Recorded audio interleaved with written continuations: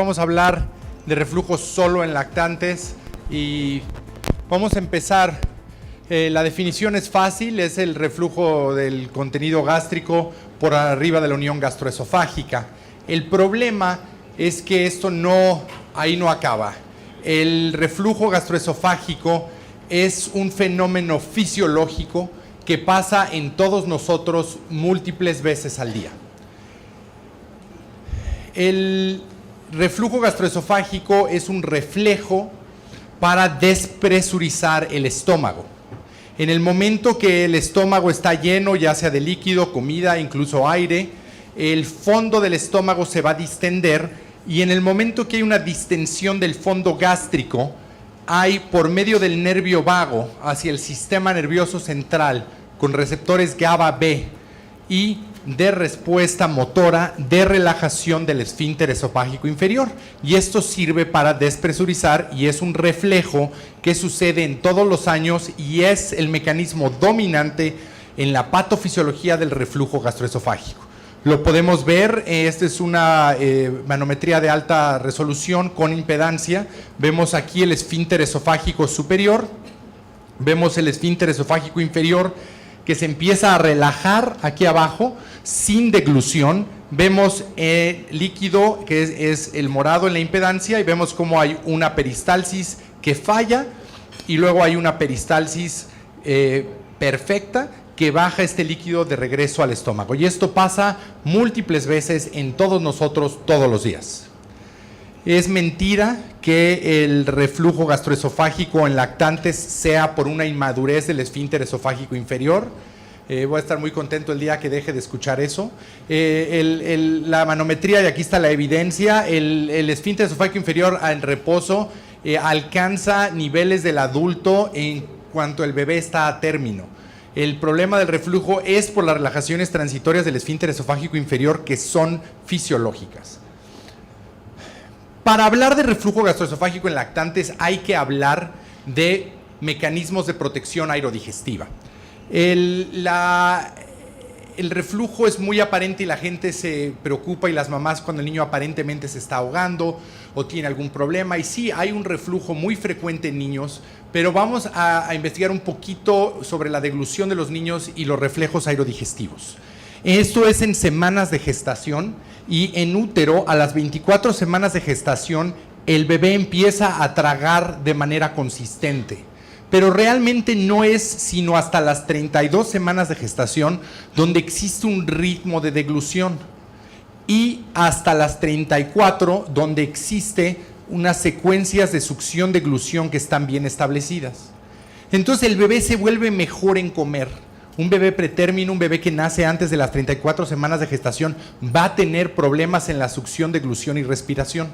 Y también en el volumen, porque a las 24 semanas son de 5 a 7 mililitros de líquido amniótico y más o menos a término están tomando lo que es 1,5 latas de refresco al día, que son más o menos como 500 mililitros. Existen mecanismos de protección. Una de estas se llama el reflejo de cierre esófago-glótico. En el momento que nosotros ponemos líquido a la mitad del esófago, la glotis se cierra por completo en precaución de que ese reflujo llegue directamente a la orofaringe. Y este cierre de la glotis obviamente va a ir acompañado de un cese respiratorio, pero está bien porque no queremos que ese líquido vaya a la vía aérea, y es completamente independiente de la respiración. Es un reflejo esófago-glótico. Otros de los reflejos de protección en los neonatos es el reflejo faríngeo. Si nosotros ponemos líquido en la faringe, vamos a pasar dos cosas. La primera, va a haber un cierre glótico también, y va a existir una deglución donde va a haber una contracción faríngea y una peristalsis primaria, que es la deglución, para aclarar lo que hay en la faringe, llevarlo fuera de la vía aérea y que llegue al estómago. Y entonces vemos que la peristalsis primaria, que es la manera muy elegante de decir una deglución o tragar, es contracción de la faringe con relajación del esfínter esofágico superior, contracción del cuerpo del esófago y relajación del esfínter esofágico inferior. Ahora, esta contracción del cuerpo del esófago no va a ser perfecta y no va a ser perfecta en niños prematuros, ni siquiera en niños pequeños. Podemos ver que podemos dividir el cuerpo esofágico en la contracción en un segmento 1, 2 y 3. Y cuando analizamos a los pretérminos contratérminos, vemos que el segmento 2 está bien desarrollado incluso en pretérmino. Pero cuando hablamos del segmento 1 y 3, vean la diferencia de persistencia en la manometría del pretérmino al término. Incluso en los niños término, en las mejores circunstancias no estamos ni al 60%. Entonces la peristalsis esofágica no va a ser perfecta, va a haber problemas con esa peristalsis esofágica y eso es normal y fisiológico en todos los niños. Un reflejo que es importante para proteger la vía aérea se llama peristalsis secundaria y es la contracción del esófago sin la contracción faríngea, es decir, esto no voy a decidir tener una peristalsis secundaria, esto pasa sin que nosotros nos demos cuenta. En el momento que distendemos el esófago, se cierra el esfínter esofágico superior para evitar que lo que llegue de reflujo suba a la orofaringe y hay una contracción esofágica para llevar eso de regreso al estómago y protegernos. Entonces, el reflejo a la distensión esofágica es la peristalsis secundaria. Este es un estudio muy interesante. Agarraron neonatos de 33 semanas de gestación y luego los volvieron a estudiar a las 36 semanas de gestación. Lo que hacen es, les ponen a la mitad del esófago líquido y ven cuál es la respuesta. Lo importante es que los de 33 semanas de gestación, la respuesta es una deglución primaria, es decir, contracción de la faringe con peristalsis del esófago y relación del esfínter esofágico inferior. Y cuando maduran, ya tienen ahora una peristalsis secundaria, es decir, hay una contracción del esfínter esofágico superior y aclaramiento por el cuerpo del esófago. Es decir, entre más maduros están, hay un mejor aclaramiento que no requiere, nos volvemos más eficientes al aclarar eso, no requiere que nosotros tengamos deglución para aclarar ese reflujo. Esto es un electroencefalograma y aquí abajo tenemos las mismas líneas que yo les acabo de enseñar arriba. Y esto es muy interesante. El bebé está dormido, está muy contento y feliz, está en su cuna y está dormido. Y en eso hay una infusión a la mitad del esófago de líquido. En este momento hay una contracción del esfínter esofágico superior y peristalsis, se aclara ese reflujo y el bebé sigue dormido y feliz. En cambio, el bebé está dormido, hay una infusión de líquido, trata de haber peristalsis secundaria, falla la peristalsis secundaria, falla de nuevo la peristalsis secundaria, el mismo cuerpo despierta al niño para que él degluta, aclare eso y ya pueda volver a estar tranquilo y no haya deglución. Es decir, tenemos esas protecciones secundarias que en el momento que falla la peristalsis secundaria se despierta y activamos la peristalsis primaria. Y eso está muy bien porque la vía aérea se protegió. Pero ¿qué está viendo la mamá, la abuelita, la enfermera y el que está afuera? Que su pequeño angelito estaba dormido y el reflujo horrible y malo lo despertó del sueño. Pues lo importante es que qué bueno que lo despertó porque eso protegió la vía aérea y no le pasó absolutamente nada al niño. Y no tenemos por qué tratar un proceso completamente fisiológico que está realmente protegiendo la vía aérea del niño. Y este proceso de aclaramiento, esto es impedancia, no presión, vemos el reflujo, vemos cómo regresa al estómago y a veces este aclaramiento del esófago no es suficiente para aclarar también el pH bajo y requerimos de una segunda peristalsis para aclararlo. Y estos mecanismos de aclaramiento están disponibles desde la 31 semana de gestación. Y cuando comparamos a los lactantes con los niños mayores, obviamente los niños mayores, como el esófago está más maduro, van a aclararlo mejor. Entonces no es novedad que los niños no puedan aclarar bien, es normal y es fisiológico. Entonces, ¿por qué hay tanto más reflujo en lactantes? Son tres razones muy simples. La primera son las razones esofágicas. El esófago es chiquito, entonces menos volumen llega a la orofaringe, es normal. Segundo, los mecanismos de aclaramiento no está bien maduro, eso pasa, el niño está evolucionando, está madurando, va a haber fallas de aclaramiento y hay una inmadurez. El segundo factor son factores gástricos.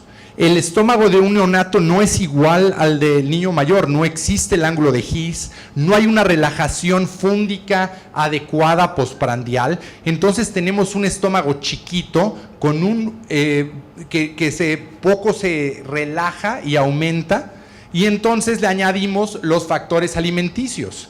Hay un enorme volumen por kilo de peso que toman los neonatos. Piensen en esto, un neonato hay veces que lo tenemos en 100, 120 por kilo de peso de calorías y todo es líquido. Si un adulto tomara eso para nuestro peso, estaríamos tomando al día 14 litros de leche, ¿ok? Más aparte la aerofagia y sin relajación fúndica. Entonces a mí no me sorprenden los neonatos que regurgitan, a mí me sorprenden los que no regurgitan. Eso es más difícil. Entonces, todos los neonatos tienen reflujo. ¿Cuándo sabemos que el reflujo es enfermedad por reflujo gastroesofágico o reflujo gastroesofágico?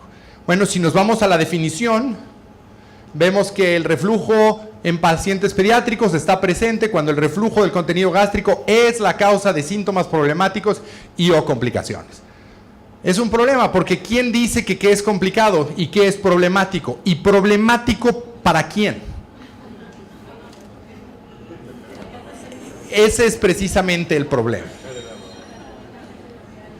Entonces, cuando los papás llegan a nuestro consultorio tratando el reflujo, normalmente a veces los podemos confundir el diagnóstico pensando que solo es reflujo. ¿Por qué? Porque es frecuente. Cuando vemos por impedancia y pH-metría en neonatos pretérmino, 70 eventos la media. Cuando son niños neonatos completamente sanos, y vemos que en este estudio el que menos tuvo fue 37, el que más tuvo fue 100. 101 episodios al día. Eso va a correlacionar con lo que ustedes quieran.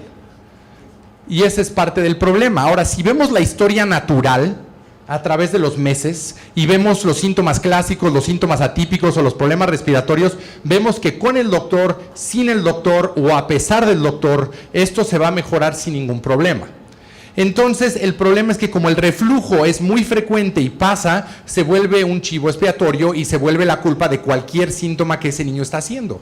Y les voy a decir una cosa, somos malos en saber qué síntoma es del reflujo o no.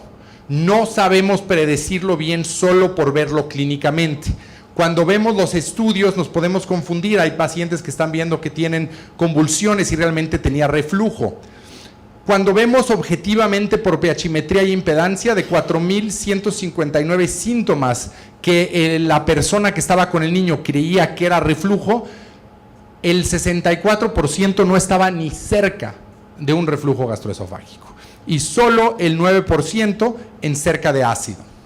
En otro estudio, solo había 10% de los neonatos con reflujo patológico y la mayoría de los síntomas que se sospechaban eran por reflujo, no se correlacionaban con reflujo. Lo que nosotros creemos que reflujo no es, y hay muchos artículos y estudios que lo demuestran. Entonces hay que tener cuidado de que no nada más tengamos visión en túnel y todo lo que haga un neonato sea reflujo, porque podemos perder de vista otros diagnósticos importantes.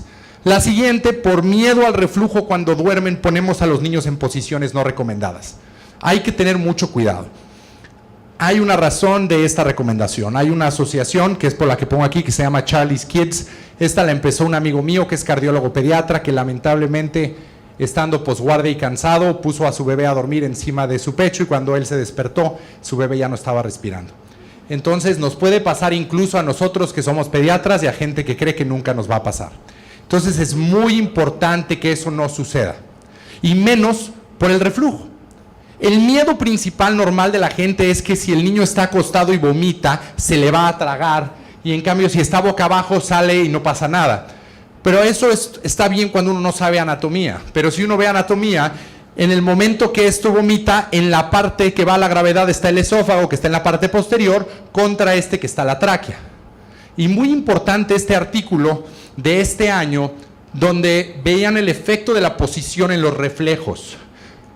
¿Se acuerdan de esta grafiquita que hablamos de los reflejos? Bueno, pues claramente este reflejo de protección tan importante de la vía aérea es mucho más fuerte independientemente del estímulo en la posición de decúbito y no en la posición de boca abajo. Es decir, hay mejor aclaramiento fisiológico por mucho comparado a las dos, estando boca arriba que estando boca abajo. Entonces existe una razón fisiológica de protección en la cual, ¿por qué esa campaña de dormir a los niños es ahí? Y más allá, poner este tipo de cosas en la cuna para que no se cambien, los niños se pueden ahogar con todas esas cosas que les ponen para evitar que el niño tenga reflujo en la cama en la noche. Y no hay que preocuparnos del reflujo, realmente el reflujo en neonatos cuando están dormidos es casi nulo. Si usted compara en impedancia, aquí tenemos en dormido en gris contra despierto en blanco, vemos la mayor diferencia, como hay mucho más reflujo despiertos que dormidos. Y tiene razón, cuando están dormidos no están comiendo. Y ya les dije que las relajaciones transitorias del esfínter esofágico inferior eran más comunes para el reflujo, que es cuando son después de comer. Cuando vemos los síntomas cardiorrespiratorios, estos sí son más frecuentes durante el sueño que durante despierto. Es decir, estos problemas cardiorrespiratorios no están asociados al reflujo. ¿Le acuerdan que les dije que somos malos en saber cuándo es el reflujo? Solo el 6% de los síntomas cardiorrespiratorios estuvieron asociados al reflujo. Otro estudio, también igual, diciendo lo mismo. El estado de sueño parece ser protector para el reflujo gastroesofágico. Y cuando los niños que se presentan con eventos con aparente amenaza para la vida, debemos buscar etiologías no relacionadas con el reflujo. Entonces, las apneas tampoco se correlacionan con reflujo, y la posición, si lo van a usar, que sea en leucin, y eso aún así no estoy muy de acuerdo porque los papás ven que eso es lo que están haciendo los doctores, es lo que van a querer hacer en la casa.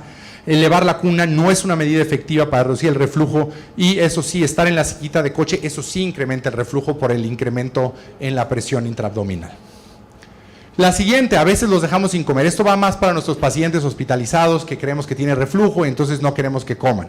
Hay que tener mucho cuidado con esto porque la mayoría de los eventos que creen que el paciente se está ahogando por el reflujo, realmente lo que tiene es una aspiración. Vamos a tener mayor posibilidad de valorarlos usando un estudio de deglución.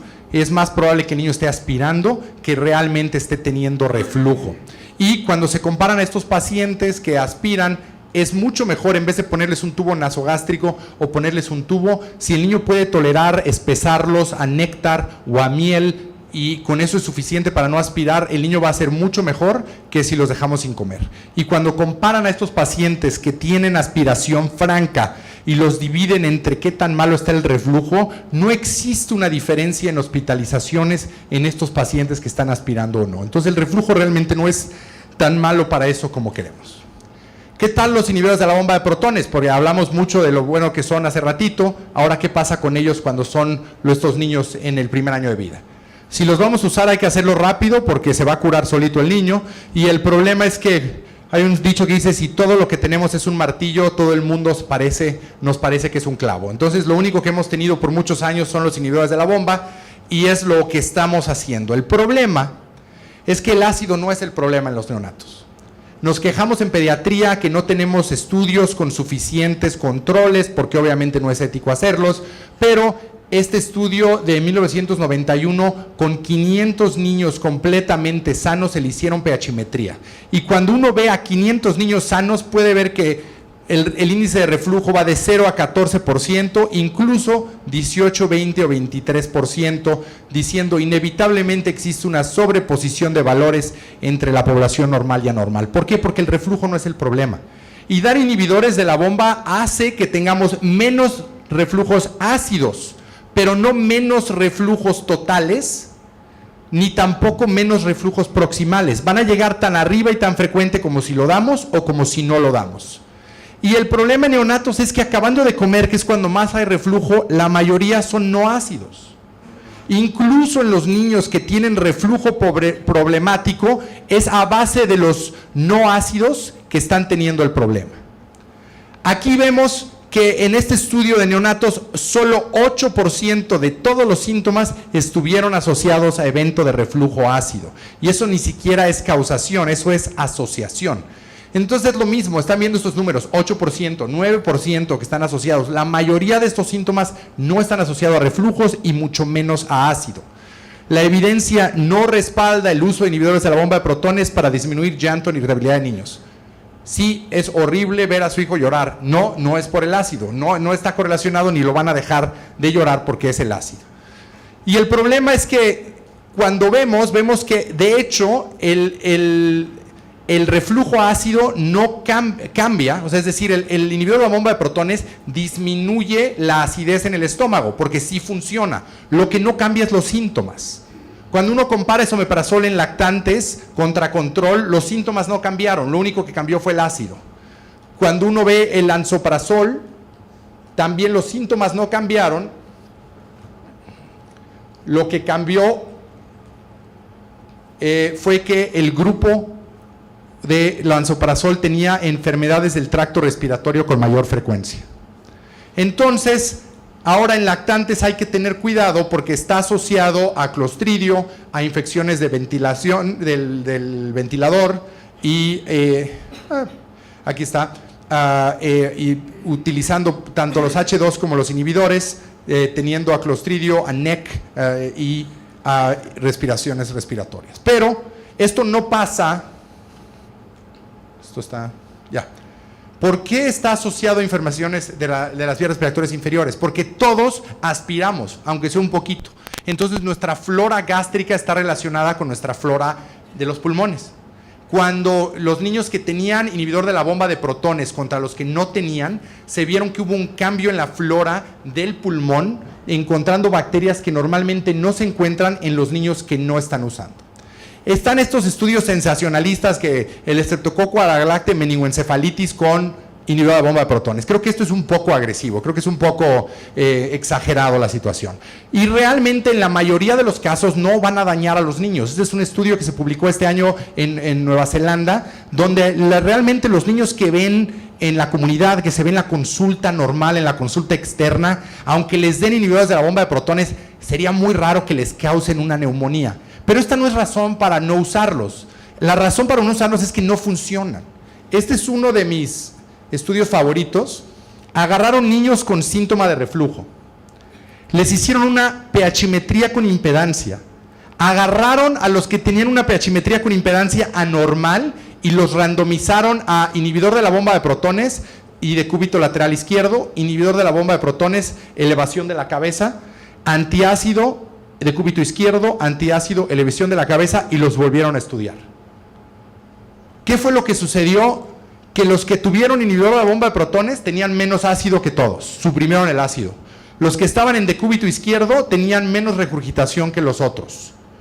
Pero el problema es que los síntomas seguían ahí. Es decir, disminuimos el vómito, disminuimos el índice de reflujo, y los síntomas no cambiaron. ¿Por qué? Porque los síntomas no están causados por eso. Entonces uno puede tratar eso por todo el tiempo que usted quiera y no va a cambiar nada.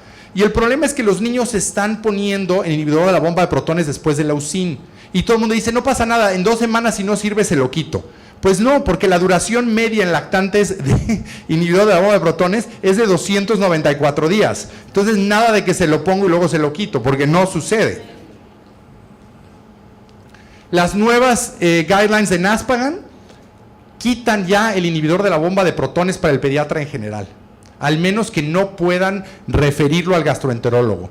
Están enfocados en alimentos, continuar con la leche materna, considerar fórmula extensamente hidrolizada, y si no está mejor, referir al gastroenterólogo mucho antes de considerar la supresión de ácido.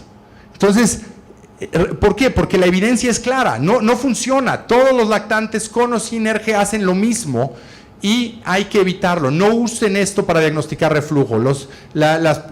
Esto es para tener una normalidad anatómica, no es útil para eso. Y aunque los radiólogos comenten que hay reflujo, cuando se estudia no hay diferencia entre los que tienen una serie esófago-gastroduodenal con reflujo o no. Simplemente estamos viendo fisiología, que es distendemos el estómago con bario, estamos provocando un reflejo transitorio del esfínter esofágico inferior, estamos provocando un reflujo. Lo único que estamos haciendo es comprobando fisiología, no una...